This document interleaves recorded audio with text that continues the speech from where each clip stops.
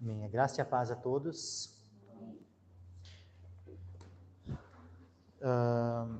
Hoje a gente vai dar continuidade, né? Como já foi anunciado aqui, as marcas bíblicas, né? E hoje focado na preservação das Escrituras, né? Porque uma coisa que nós identificamos assim para uma igreja que ela seja bíblica e seja saudável, né? É que essa igreja afirme, que essa igreja creia, defenda, né, esta verdade, né, da preservação das Escrituras. É importante, né, que uma igreja que haja numa congregação bíblica e saudável a pregação expositiva da palavra de Deus. É importante que haja uma teologia bíblica, mas esse pastor que prega expositivamente, imagina se esse pastor não confia no texto bíblico que ele tem em mãos, que ele está expondo. Imagina que prejuízo para a igreja do Senhor se esse pastor não crê na preservação da Escritura. Se esta igreja que está recebendo a palavra, mesmo que pregada de forma expositiva, mas esta congregação não crê na preservação da Escritura. Pensa que dano para a fé das pessoas. Como a gente pode considerar esta uma igreja que não tem a fé na preservação, um pastor que não tem a fé na preservação. O que esta igreja é? O que essa congregação é? Doente, no mínimo. Para dizer o mínimo, é uma congregação doente, né? E quantos perdidos daí não há no meio de um povo assim, onde não há esse zelo, essa fé na preservação da Escritura. Por isso que tem que ser uma marca de uma igreja bíblica e saudável, a fé, a defesa, né, da preservação das Escrituras. E então hoje a gente vai começar abordando, né, primeiro, biblicamente, né, quais são as promessas e evidências dentro da própria Escritura, né, sobre a preservação. Porque quando a gente entra nesse aspecto, né, começa a bater o martelo, né, na questão da preservação da Escritura, tem alguns supostos teólogos que dizem assim, não, mas onde é que está escrito, onde é que, tipo assim, por acaso Deus prometeu que a Escritura seria preservada 100% e tal, né, porque tem alguns que defendem apenas uma preservação das doutrinas. Não, o que foi preservado foram as doutrinas e não o texto bíblico. Tem o cúmulo de alguns dizerem isso. Mas como é que a doutrina não vem do texto? A doutrina não é proveniente do texto, né? Então, como é que uma doutrina que eu só posso considerar que está preservada por causa que o texto bíblico assim a preservou, porque é ele que me trouxe esta doutrina até os dias de hoje, como é que eu vou afirmar que a doutrina ficou preservada se o texto, em tese, na visão desses falsos teólogos, não teria sido preservado? Não faz sentido.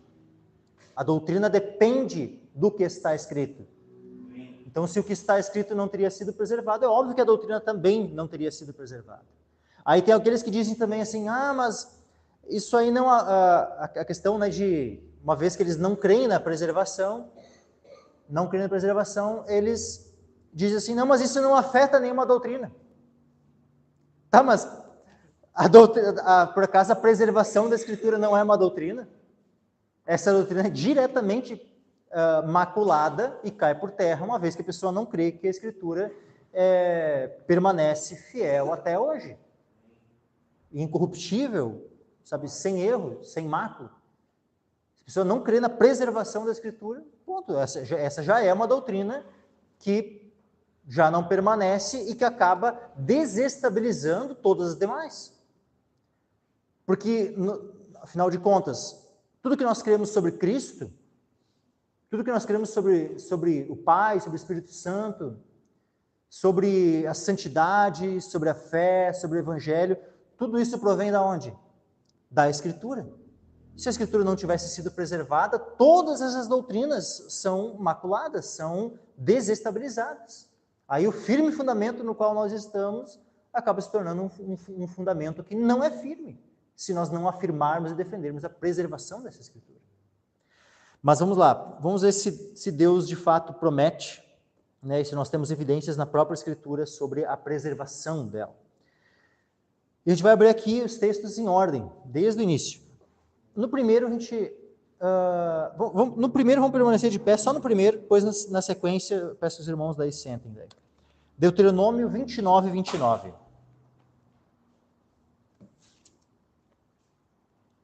Lei de Moisés.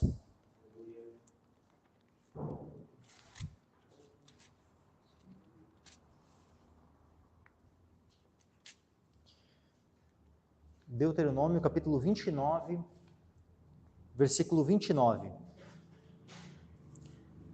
Diz assim a palavra do Senhor: as coisas encobertas pertencem ao Senhor nosso Deus, porém as reveladas nos pertencem a nós e a nossos filhos para sempre, para que cumpramos todas as palavras desta lei. Olha que coisa tremenda isso, meus irmãos. Já começa aqui, né, a afirmação, né, da preservação da palavra do Senhor. Por quê? Nós vemos que as coisas encobertas, ou seja, aquilo que não foi registrado, poderia ter muitas outras coisas que Deus poderia ter mandado que fosse escrito, que Deus poderia ter revelado, mas aquilo que Ele não revelou, não cabe a nós querer ficar investigando, indagando e tal, mas agora, aquilo que Deus revelou, ou seja, tudo que está registrado na Escritura, é o que Deus revelou. Aquilo que Deus revelou pertence a nós. Ou seja, Deus deu a Escritura para nós. Então, o que está revelado nos pertence a nós e a nossos filhos. Até quando? Até 100 gerações. Depois, na 100ª já não ia mais. Não, pertence a nós e nossos filhos para sempre. Para sempre. Depois, para que cumpramos todas as palavras desta lei. Não é para que cumpramos algumas das palavras desta lei, para que possamos cumprir todas as palavras. Por acaso não tem que estar preservadas todas as palavras? É possível, se todas as palavras não tivessem sido preservadas, seria possível nós hoje estarmos cumprindo e obedecendo todas as palavras? É óbvio que daí não teria como. Só é possível todas as gerações guardarem todas as palavras se essas gerações futuras tiverem acesso a todas as palavras. E graças a Deus que Deus é fiel. Deus é poderoso. E a sua palavra chegou até nós. Todas as suas palavras chegaram até nós. Podem se sentar, meus irmãos. Vamos abrir agora aqui um outro texto no 2 Samuel, capítulo 22.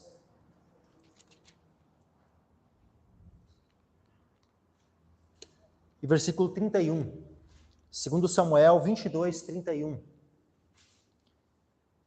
Diz assim a palavra do Senhor: o caminho de Deus é perfeito, e a palavra do Senhor refinada, e é o escudo de todos os que nele confiam. Então, olha só, a palavra do Senhor é dito aqui que ela é refinada, ou seja, ela é pura. Isso mostra que a palavra de Deus ela não tem contaminação. Ela é sem corrupção alguma, sem contaminação. Ou seja, ela é uma palavra preservada.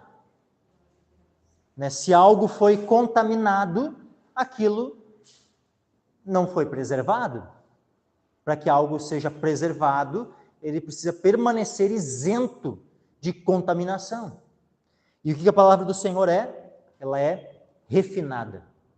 Ela não é uma palavra contaminada, ela é uma palavra refinada, ou seja, não há contaminação nela. A gente vai abrir bastante texto hoje, tá? Então, a gente vai ir de um já para outro e assim por diante. Livro de Salmos. Deixa eu abrir vários textos aqui nos Salmos. Eu não vou aqui esgotar, meus irmãos, né, todos os versículos da Bíblia que falam sobre preservação. Vou falar aqui de vários deles, né? Mas com certeza, se nós procurarmos, nós vamos encontrar mais versículos, né, que reafirmam, né, essa doutrina, né, das promessas e da preservação da Escritura. Salmos, então, capítulo 12. Salmos de número 12. Versículo 6. Diz assim, Salmo 12, versículo 6. As palavras do Senhor são palavras puras, como prata refinada em fornalha de barro, purificada 7 vezes. Olha isso, mais uma vez, né, a mesma verdade sendo reafirmada, né, que a palavra do Senhor são palavras puras, ou seja, que não há contaminação, são palavras puras, né, que foram preservadas pelo Senhor, e diz assim, ó, como prata refinada em fornalha de barro, purificada 7 vezes. Imaginam, né, a prata sendo purificada uma vez. Não, peraí, vamos purificar uma segunda vez. Vamos purificar uma terceira, vamos purificar uma quarta, uma quinta, uma sexta, uma sétima. Pensa que prata, né, purinha que tu ia ter nas mãos, né? É assim que é comparada a palavra do Senhor. Né? Como uma prata que foi purificada 7 vezes, para ter certeza que não ia, né, ter nada de contaminação ali. Ia ser prata pura. Né? Assim é a palavra do Senhor. Salmo 19, só virar a página ali, uma ou duas páginas. Salmo 19, versículo 7 e versículo 9.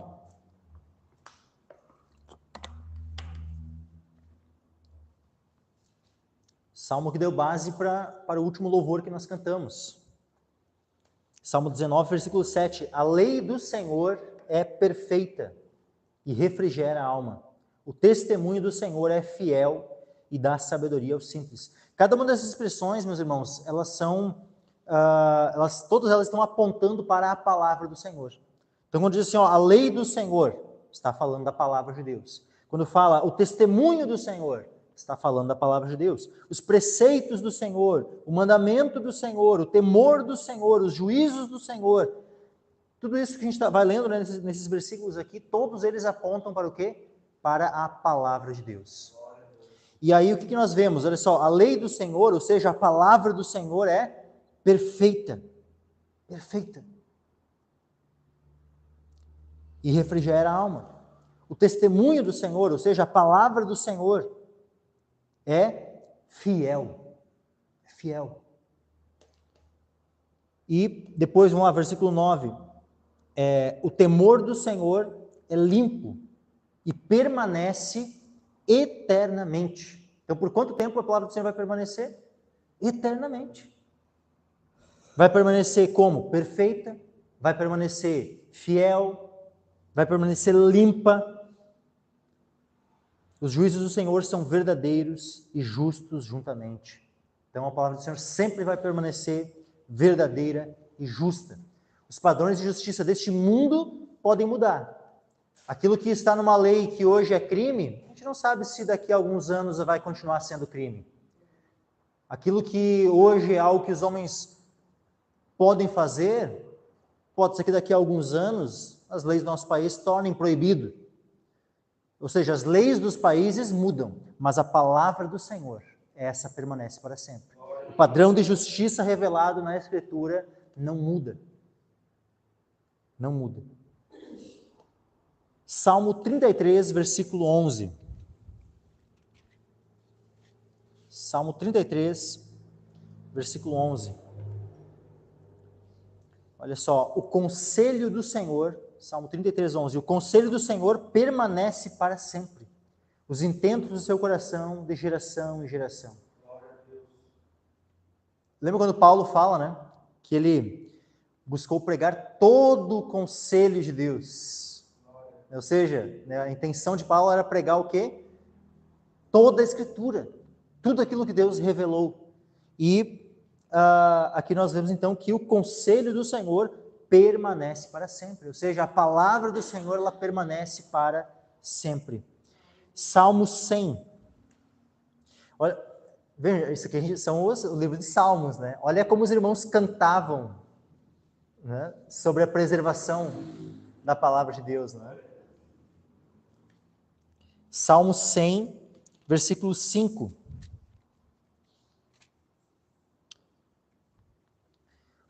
Diz assim, porque o Senhor é bom e eterna a sua misericórdia, e a sua verdade dura de geração em geração. Eu queria citar aqui a oração do Senhor Jesus. ele orando, intercedendo pelos discípulos e intercedendo por nós também, porque a oração sacerdotal lá de João 17, ela é uma oração que ela se aplica aos discípulos que estavam com Cristo naquele momento, mas se aplica também a todos aqueles que viriam a crer. Ou seja, ela se aplica a nós também. E Jesus ele fala assim, ó, ele está orando ao Pai e ele diz: santifica-os na verdade. A tua palavra é a verdade. Ou seja, a palavra de Deus é a verdade. E o que é dito aqui nesse salmo? Porque o Senhor é bom, eterna a sua misericórdia, e a sua verdade, ou seja, a sua palavra, ela dura de geração em geração. Então, vem geração, vem outra geração, e a palavra do Senhor permanece. A palavra do Senhor não muda. Não importa quantas gerações ainda virão pela frente. Pode ser que nós sejamos a última geração antes da vinda do Senhor. Mas pode ser que ainda venham várias gerações, 2, 3, 10 gerações. Nós não sabemos quantas gerações virão ainda até a volta do Senhor. Mas independente, mesmo que venham 20, 30 gerações ainda até o Senhor vir, a palavra do Senhor vai estar lá.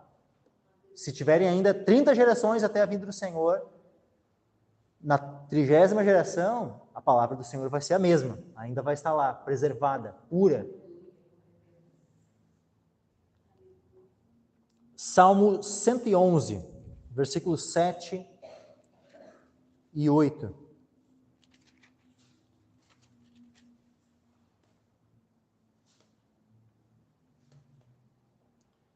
Salmo 111, versículos 7 e 8.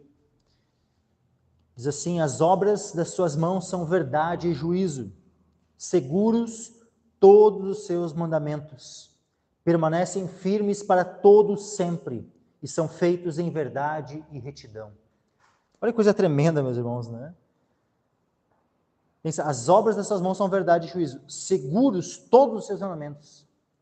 Ou seja, não podem ser roubados, não podem, sabe, aquilo que nós temos, os nossos bens, a prata, o ouro, o dinheiro, qualquer coisa que a gente tenha, que a gente possua de bens materiais, podem ser roubados.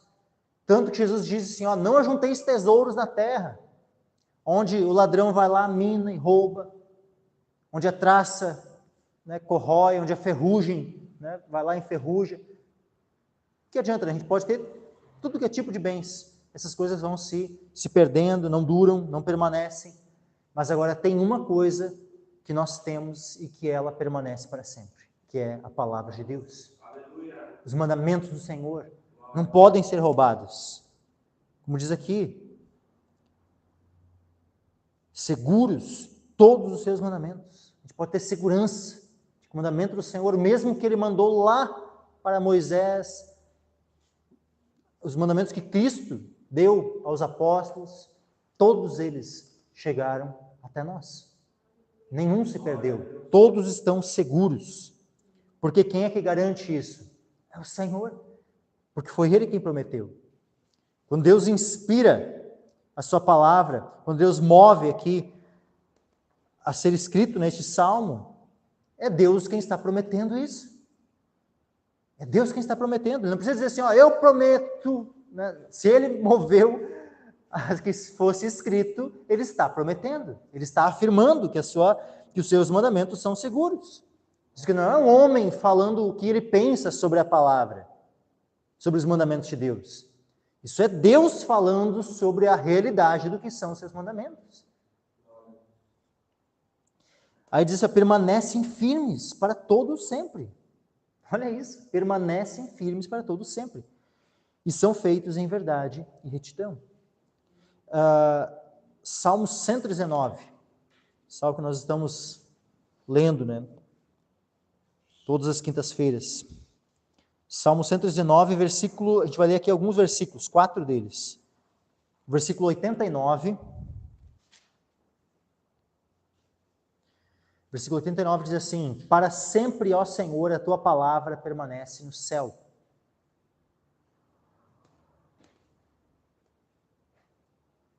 Para sempre, ó Senhor, a tua palavra permanece no céu. Agora, versículo 140. A tua palavra é muito pura, portanto, o teu servo a ama. Esse aqui é um dos meus versículos, né, preferidos, assim, né? A tua palavra é muito pura, portanto, o teu servo a ama. E que nosso amor pela palavra do Senhor, por essa palavra pura, venha, sabe, a ser cada vez maior, venha crescer em nossos corações cada vez mais. O amor pela verdade, né? Que nem eu recém preguei agora no domingo, né? Aqueles que, lendo lá 2 Tessalonicenses capítulo 2, aqueles que vão aceitar o anticristo, que vão crer no anticristo, que vão ser enganados, são quem? São aqueles que não receberam o amor da verdade, não amaram a verdade, ou seja, não amaram a palavra de Deus. Por isso vão acabar aceitando todo o engano, a marca da besta e tudo mais, porque não amaram a verdade. Que o nosso amor pela verdade, que o nosso amor pela palavra do Senhor, que é muito pura, que o nosso amor venha crescer cada vez mais. Enquanto nós amarmos a palavra do Senhor, nós não seremos enganados, meus irmãos. Nós estamos livres do engano, enquanto nós amarmos a palavra do Senhor. No momento que nós deixarmos de amar, no momento que o nosso amor pela palavra começar a se esfriar, aí o risco de nós sermos levados a qualquer vento de doutrina está às portas. Versículo 152. Diz assim: acerca dos teus testemunhos, soube desde a antiguidade que tu os fundaste para sempre. Então a palavra do Senhor, ela foi desde a antiguidade, né? Porque aqui o Salmo estava sendo escrito por Davi, mas desde, olha há quantos séculos já havia escritura. Moisés viveu praticamente 500 anos antes de Davi. Jó, né? Se o livro de Jó foi escrito ainda na época de Jó mesmo, né? Que é uma possibilidade, né? Que tenha sido escrito ou pelo próprio Jó, ou né, por Eliú, sei lá, né? Quem sabe pode, né? Provavelmente é possível que tenha sido o primeiro livro a ser escrito. Se ele foi escrito no tempo de Jó, o livro de Jó, ele foi escrito, quem sabe, 1000 anos antes de Davi, ou até mais. Então, olha só, aquilo que já estava sendo afirmado, né, sobre aquilo que já havia da Escritura. Na época de Davi aqui nós já tínhamos toda a lei de Moisés, o livro de Jó, Josué, né, Juízes estava sendo, né, foi provavelmente naquele tempo ali que estava sendo escrito. Havíamos já, quem sabe, alguns profetas já, né, tem alguns ali que não tem tem vários profetas que são depois de Davi, né, Isaías, Jeremias, Ezequiel, Daniel e tal, mas tem alguns profetas que não se tem uma datação exata, assim. Então é possível que alguns dos profetas menores ali, quem sabe já tivesse também na época de Davi. Então assim, né, e Davi fala o quê então a respeito da palavra do Senhor? Né, acerca dos teus testemunhos soube, né, desde a antiguidade, que tu os fundaste para sempre. Deus estabeleceu a sua palavra, Ele fundou a sua palavra, e foi até quando? Para sempre. Então, nós temos aqui promessas, né, de preservação da palavra, de que a palavra vai permanecer. Versículo 160. A tua palavra é a verdade desde o princípio, e cada um dos juízos da tua justiça dura para sempre. Cada um. Cada palavra que o Senhor falou dura até quando? Dura para sempre. Provérbios, agora, livro de Provérbios, capítulo 30, versículo 5.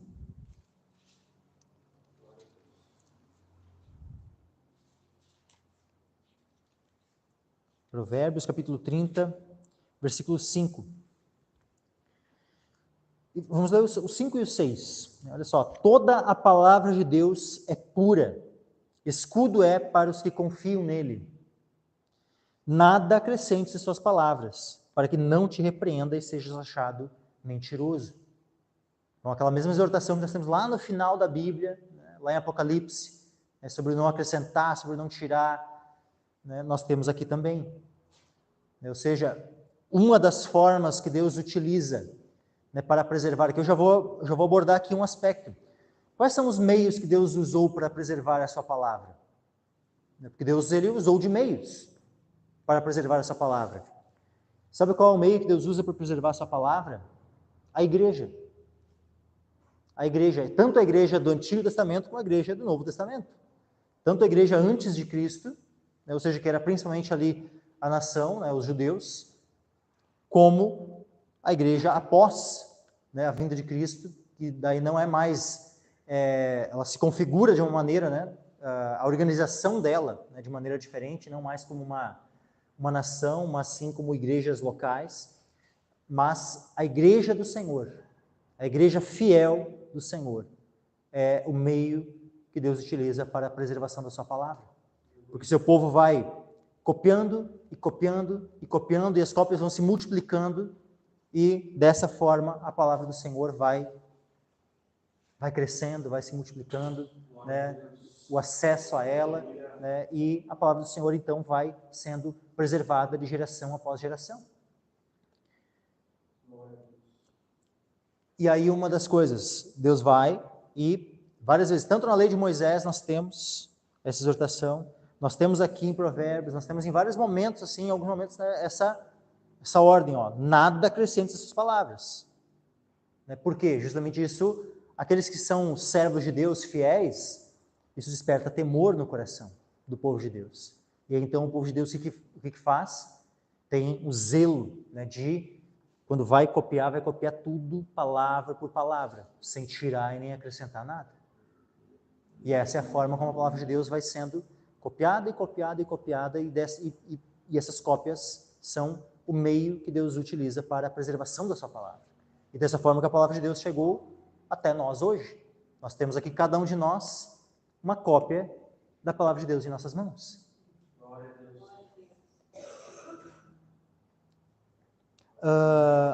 Eclesiastes, capítulo 3, e versículo 14. Eclesiastes 3, versículo 14. Olha só, eu sei que tudo quanto Deus faz durará eternamente. Nada se lhe deve acrescentar e nada se lhe deve tirar. E isto faz Deus para que haja temor diante dele. Então, mais uma vez, é o mesmo princípio aqui, né? Questão de, né, nada pode ser tirado nem acrescentado. Né? Tudo isso, né, porque devemos temer a Deus. Mas antes disso é dito que aquilo que Deus faz durará eternamente. Deus inspirou a sua palavra, Deus moveu homens a escreverem a sua palavra, e isso que Deus fez durará quanto tempo? Eternamente. Agora, profeta Isaías. Profeta Isaías, capítulo 30. A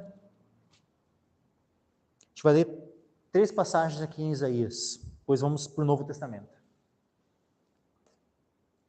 Isaías, capítulo 30.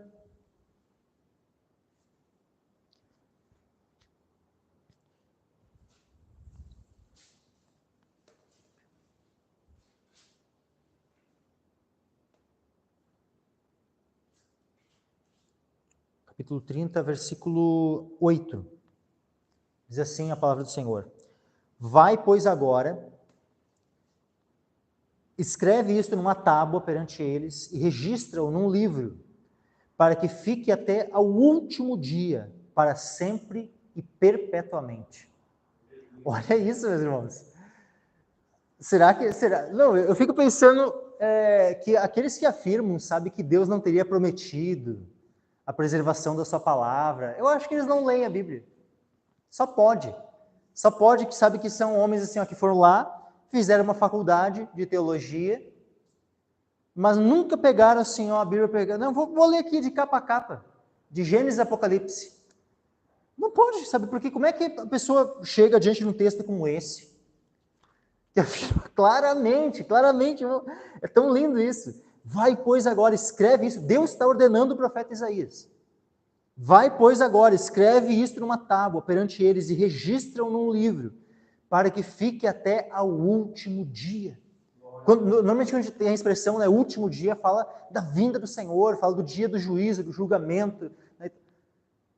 Isso que normalmente se refere, né, o último dia. né? Fala da ressurreição no último dia, né? E aí, para que fique até o último dia, para sempre e perpetuamente. Então, assim, a gente vê como há homens, né, que são ímpios, são incrédulos, se dizem teólogos, mas que tipo de teologia é essa, baseada em incredulidade, baseada em desconhecimento da Escritura?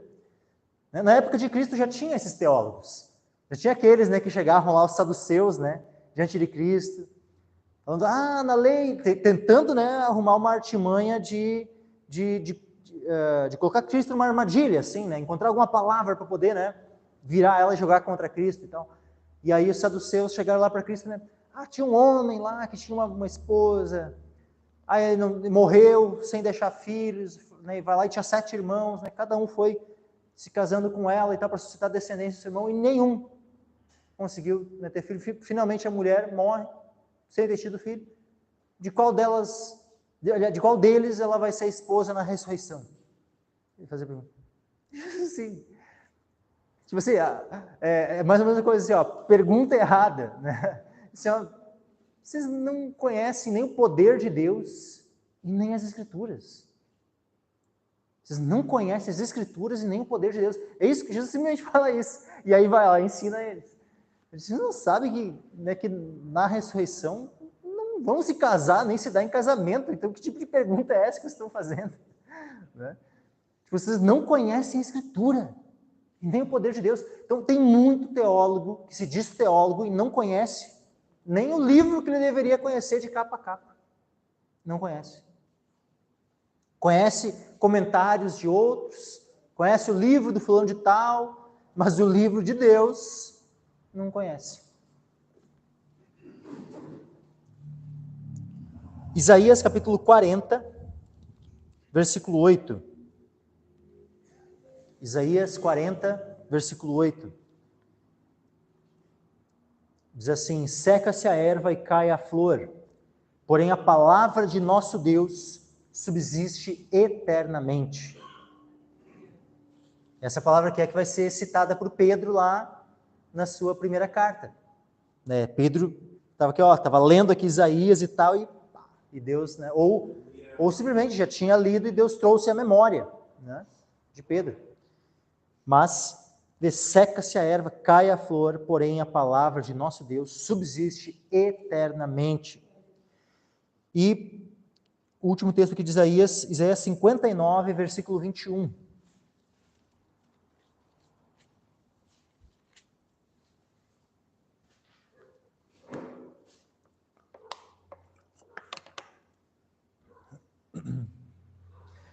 Isaías 59, 21.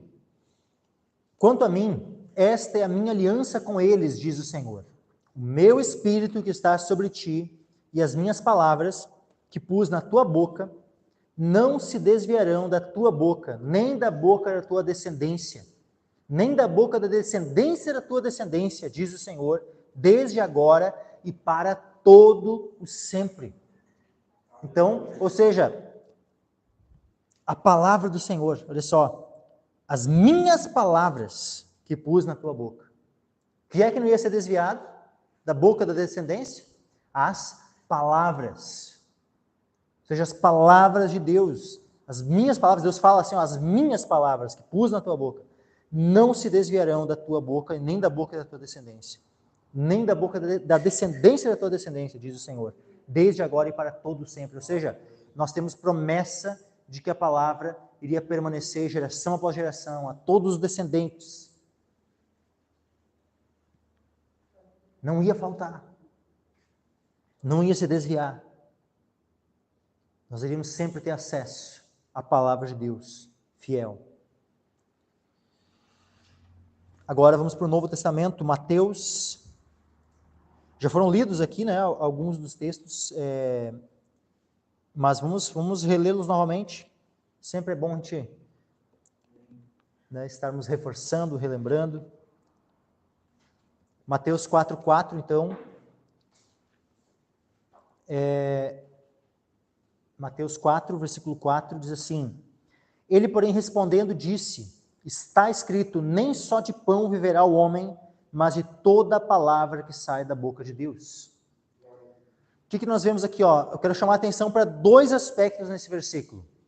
Primeiro, Jesus ele está citando uma passagem da Escritura. Isso que uma vez que Mateus escreveu, se tornou Escritura.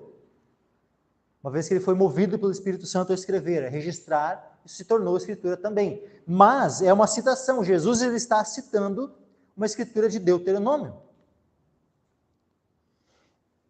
Deuteronômio foi escrito quanto tempo antes de Jesus? Deuteronômio foi escrito mais ou menos 1.500 anos antes desse tempo que Jesus estava aqui, citando essa palavra.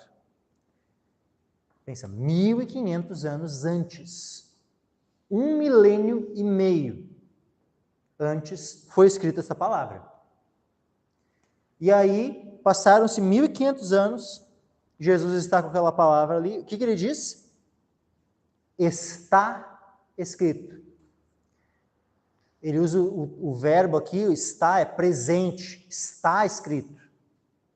Ele não está falando de algo assim, estava, eu sei, né, eu sou Deus, então eu tenho conhecimento. Lá, 1.500 anos atrás, Moisés escreveu isso aqui que eu estou te dizendo, Satanás. Agora, infelizmente, o povo não tem mais acesso a essa palavra, né, porque... Não. Porque, sabe, esse pessoal que defende aí um texto crítico, né, um texto que se perdeu no tempo e tal, parece, sabe, que Jesus ia ter que ter falado uma coisa assim. Passaram-se 1.500 anos, então já não tem mais, né? Não, peraí. 1.500 anos depois, Jesus está dizendo o quê? Está escrito. Está escrito. Aquilo que Moisés havia escrito 1.500 anos atrás, havia chegado de maneira perfeita até Cristo. E ele pôde dizer, e nós devemos seguir o exemplo de quem? Desses teólogos de meia tigela, que se acham, né, que são soberbos, que atacam a palavra de Deus, fazem um desserviço, estão a serviço, muitos deles, de Satanás, colocando dúvidas, mesmo que não intencionalmente. Não estou dizendo aqui que... Não estou aqui chamando, né, homens que são ali satanistas, alguma coisa do tipo. Mas muitas vezes estão gerando incredulidade, então estão nesse momento, sim, a serviço de Satanás. Gerando dúvidas no coração do povo de Deus, em vez de estarem ali, né, usando do tempo, né, estudando e tal, se aprofundando para fortalecer a fé do povo de Deus, muitas vezes estão ali usando o seu tempo para colocar dúvidas no coração do povo de Deus. E aí, então, o que nós temos aqui? Jesus falando, está escrito. E nós hoje podemos dizer a mesma coisa, está escrito. Aquilo que Deus revelou e que foi escrito lá por Moisés, até hoje chegou até nós. E nós podemos dizer, está escrito. Aquilo que Deus moveu Isaías, Jeremias, Ezequiel, que moveu Davi a escrever, Salomão, que moveu os apóstolos a escreverem, tudo isso chegou até nós. E nós podemos dizer, está escrito. Não apenas estava. Não é que nem aqueles lá que... Olha só, meus irmãos, aqui eu quero já dar um norte para vocês. Quando vocês lerem assim, nós cremos na inerrância da Escritura nos autógrafos, nos manuscritos originais. Quando vocês ouvirem esse tipo de fala, pulga atrás da orelha, alerta, sinal de alerta tem que... Porque essa pessoa está afirmando o quê? Que lá aquilo que Paulo teria escrito, lá o que Moisés teria escrito, né, um profeta, tal, aquele manuscrito primeiro lá, tudo bem, lá teria inerrância, mas que isso não falaria de algo a respeito de hoje. Quando falou assim, nos manuscritos originais, nos autógrafos e tal, é porque essa pessoa não crê numa preservação até hoje. Então, isso é uma coisa assim, e direto, meus irmãos. Quantas vezes eu já li algum livro, alguma bíblia de estudo, né, alguma coisa assim, que tu vai olhar ali, quando vai... Eu pego uma teologia sistemática. Esses dias, né, a gente estava falando sobre, né, teologia, tal, teologia bíblica, teologia sistemática. Quando eu pego uma teologia sistemática na mão, primeira coisa que eu faço, eu vou lá na parte quando ele vai tratar sobre a Escritura, sobre a Bíblia e tal, e eu vejo o que ele fala sobre a Escritura. E eu já procuro essas palavras-chave aí. Quando eu vejo assim, ó, pá, nos manuscritos originais, nos autógrafos, não creio na preservação. E, infelizmente, hoje, eu estou para dizer que a minoria dos teólogos crê na preservação. A minoria. A minoria.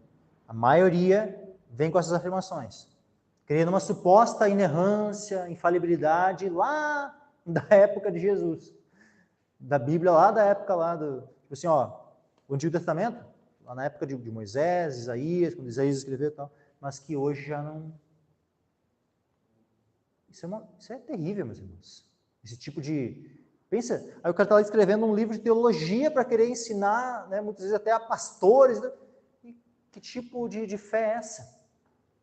Sabe, nós precisamos crer na preservação da palavra, que tudo permaneceu, que aquilo que foi escrito lá por Paulo, por Pedro, por Tiago, por Mateus, por Lucas, Marcos e todo o Antigo Testamento, tudo veio até hoje, porque é a promessa de Deus. Como é que não teria chegado até nós? Por acaso Deus não quis preservar? Vê que isso afeta o próprio caráter de Deus, meus irmãos. Não crer nessa doutrina. Deus não quis preservar? Ou Deus quis, mas não pôde preservar? Pois é, Deus prometeu e aí mentiu? Ou Deus, tipo assim, prometeu algo que ele não conseguiu cumprir? Como é que é essa questão aí? Então, olha que grave que é, meus irmãos, uma igreja, um pastor, né, ou algum crente, né, que se diz cristão e tal, não crer na preservação. Isso é muito grave. É muito grave. As implicações disso são muito graves. Então, olha só, Jesus primeiro ele diz, está escrito, e nós seguimos a Cristo. Juntamente com ele, em uníssono com Cristo, nós dizemos, está escrito. Mas nem só de pão viverá o homem, mas de toda palavra. Não é de algumas palavras que saem da boca de Deus, é de toda palavra que sai da boca de Deus. Para isso, essa palavra precisa ter chegado até nós. E ela chegou, porque Deus prometeu, porque Deus é fiel e Deus é poderoso. Deus não mente, a única coisa que Deus não pode fazer é mentir. E uma vez que Deus não mente, Ele prometeu que a sua palavra seria preservada, ela foi. Uma vez que Deus é todo poderoso, Ele não é alguém apenas que fala a verdade. Deus é a própria verdade e Ele também é o todo poderoso. Ele é o Deus onipotente.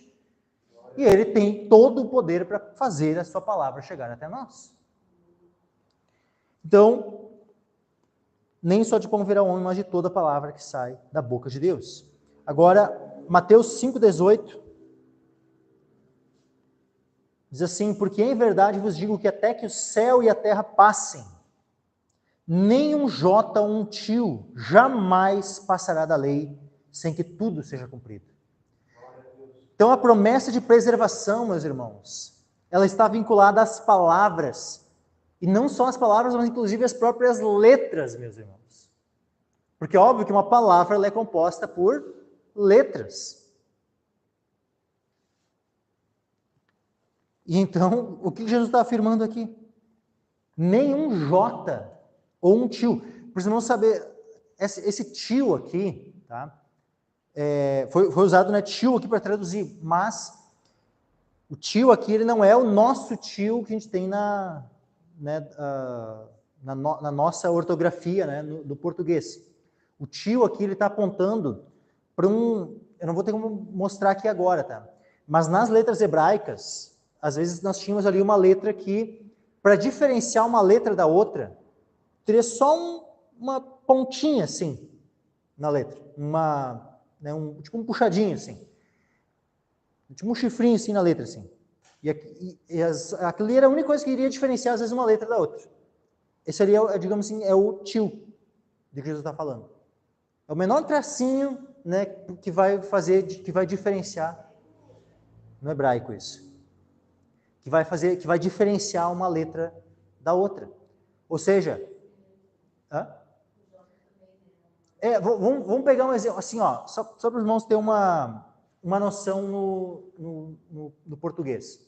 Né? A gente tem, por exemplo, assim, ó, a letra P, né, e a letra B. Né? A B tu tem coisinha a mais aqui, faz um B. Né? O P é sem esse... Né? É algo semelhante assim. Ou seja, não vai haver nenhuma... A promessa de Deus é até as letras serem preservadas. Sabe? Até as letras. Menor tracinho, tudo. O J aqui, né, no grego aqui nós temos iota. Né? Iota seria ou o I ou o J, porque é uma letra, né, o iota do grego é uma letra que ela veio da origem tanto ao nosso I como ao nosso J. Os dois têm a origem no iota. O iota no grego e que no hebraico era o iod, a letra iod, né, era a menor letra. Assim como, na verdade, é o nosso I. Né? O I, se for olhar, né, na escrita ali, ele é a menor das letras. Qualquer letra vai ser maior que um I. Um A, um E, um R, qualquer letra ali, sempre elas são... Né, o I é o menorzinho, porque é só um tracinho. É o menor, né? Então, permanece a mesma. Ou seja, pode ser um I. Vai permanecer. Tudo vai permanecer, nada vai passar sem que tudo seja cumprido. Pode passar os céus e a terra, mas tudo vai permanecer. E da mesma forma, isso se aplica às próprias palavras de Cristo. Porque aqui ele estava falando da lei, né? Da lei dos profetas. Né? Olha só, ele diz assim, ó, vamos ler novamente aqui, ó, Mateus 5, o 17 e o 18. Olha só. Não cuideis que vim destruir a lei ou os profetas. Não vim destruir, mas cumprir. Porque em verdade vos digo que até que o céu e a terra passem, nem o jota um tio jamais passará da lei, sem que tudo seja cumprido. Quando ele fala aqui da lei, é óbvio que se aplica também aos profetas. E ele vai também falar a respeito das suas próprias palavras, tudo aquilo que ele foi falando no seu ministério, que foi registrado pelos apóstolos. Aí em Mateus 24, 35, nós temos a afirmação a respeito de Cristo, daquilo que ele estava falando. Então diz assim, ó, o céu e a terra passarão, mas as minhas palavras não hão de passar. Ou seja, então ela é preservada, ela permanece, por isso que é dito, né, a palavra de Deus, pela palavra de Deus viva e que permanece para sempre. Porque toda a carne é como a erva, e toda a glória do homem como a flor da erva. Secou-se a erva e caiu a sua flor. Mas a palavra do Senhor permanece para sempre. E esta é a palavra que entre vós foi evangelizada.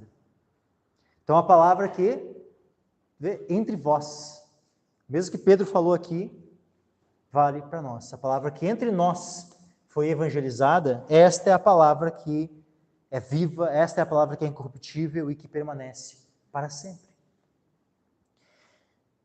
E para os últimos dois versículos que a gente vai ler hoje, 1 Pedro 2 ainda, só no capítulo 2, né? 1 Pedro, capítulo 2, versículo 2. Olha só, desejai afetuosamente como meninos novamente nascidos, o leite racional, não falsificado, para que por ele vades crescendo. Então a palavra de Deus, ela quando fala assim, ó, desejai afetuosamente como meninos novamente nascidos. Ou seja, está falando do novo nascimento aqui. Então uma vez que nascemos de novo, o que nós devemos desejar? O leite racional. O que é o leite racional? É a palavra de Deus. E essa palavra de Deus, ela é o quê? Ela é verdadeira, ela não é falsificada.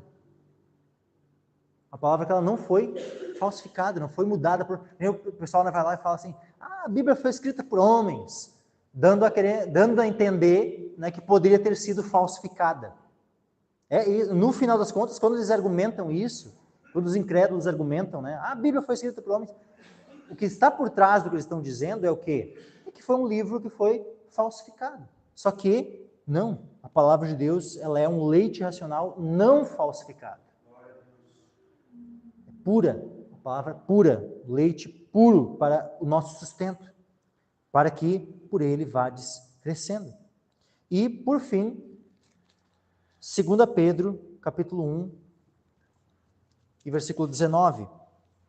2 Pedro 1, 19, diz assim, e temos muito firme a palavra dos profetas, a qual bem fazeis em estar atentos, como a uma luz que ilumina em lugar escuro, até que o dia amanheça e a estrela da alva apareça em vossos corações. Temos muito firme a palavra dos profetas. Você já viu uma convicção, né? Há quantos séculos já havia sido escrito os livros dos profetas na época de Pedro? Há vários séculos. Alguns profetas ali há 400 anos, há 500 anos, outros há 700 anos. Moisés, que era profeta há mais de 1.500 anos. E o que Pedro fala a respeito de tudo aquilo que já estava escrito, que havia chegado até ele? Como é que ele se refere à palavra dos profetas? Temos muito firme a palavra dos profetas. Olha que confiança, né, inabalável que havia no tempo do apóstolo, né, na Escritura. Uma confiança inabalável, meus irmãos, muito firme. Haviam se passado 1.500 anos. Se para Deus ele foi poderoso para preservar a sua palavra, de Moisés, dos profetas, até chegar na época de Cristo e os apóstolos, por algum motivo que Deus perdeu a força, por acaso, para que ela não chegasse até nós? Não faz sentido algum. É óbvio que Deus é poderoso para preservar até os nossos dias e até quanto tempo precisar durar essa terra. Enquanto o Senhor Jesus não voltar, a palavra do Senhor vai permanecer preservada até o dia da volta do Senhor. Por quê? Porque Deus prometeu que ela ficaria preservada para sempre. Então, quando alguém falar assim, não tem promessa de preservação. Peraí, a gente está lendo a mesma Bíblia realmente, acho que a gente não deve ser a mesma Bíblia. Quem sabe na tua Bíblia não tem a promessa de preservação, porque na minha tem. Na minha aqui eu tenho dezenas de vezes promessas de preservação da Escritura. Ou, será que, né, a gente pode também perguntar, será que tu está lendo a Bíblia mesmo? Já leu a Bíblia? Já leu pelo menos uma vez a Bíblia inteira? Se leu com atenção, relê de novo. Lê de novo porque tu vai encontrar as promessas de preservação. Deus prometeu e Deus é fiel para cumprir tudo o que Ele prometeu. Amém, meus irmãos? Bom, eu tinha hoje ainda outros temas, né, para tratar, né, sobre a preservação ao longo da história, né, e tal. Eu ia começar a adentrar nesse aspecto, né? Mas daí isso aqui a gente traz quinta-feira que vem, então a gente dá continuidade, né? Eu vou abordar então esse aspecto da preservação da Escritura ao longo da história, né? Então trazer esse pano de fundo histórico, né, até os nossos dias, e também depois adentrando em outros temas, né, outros assuntos também. Né? A gente vai fazer aí uma comparação, né, de como, né, que esses acontece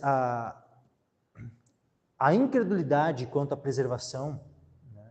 Então, ou seja, esses teólogos que não creem na preservação da Escritura e que então começaram a utilizar o texto crítico nas suas versões de Bíblias que eles utilizam,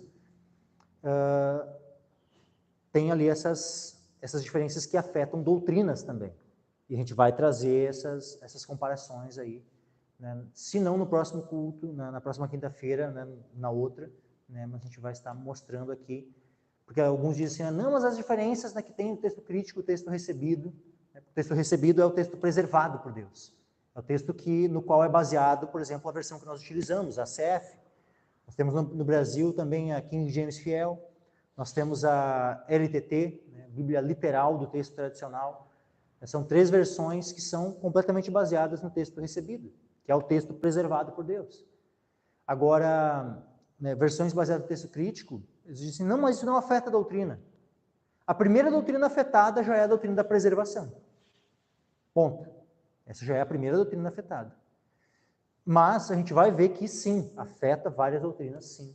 Né? E infelizmente, então, o que a gente está vendo aí cada vez, né, sabe, o povo de Deus, né, nas várias igrejas, assim, cada vez mais fracos doutrinariamente. Por que será? Será que não tem nada a ver com as versões que estão utilizando? Tem muito a ver. Pode não ser assim, 100% a culpa das versões, tá? Muitas vezes é por culpa, né, de maus pastores, né, e também da própria negligência dos membros, dos crentes mesmo. Né? Então, é uma soma de coisas. Mas sim, uma das coisas são as versões e a gente vai, né, estar abordando isso, né, com mais profundidade, né, nos outros dias.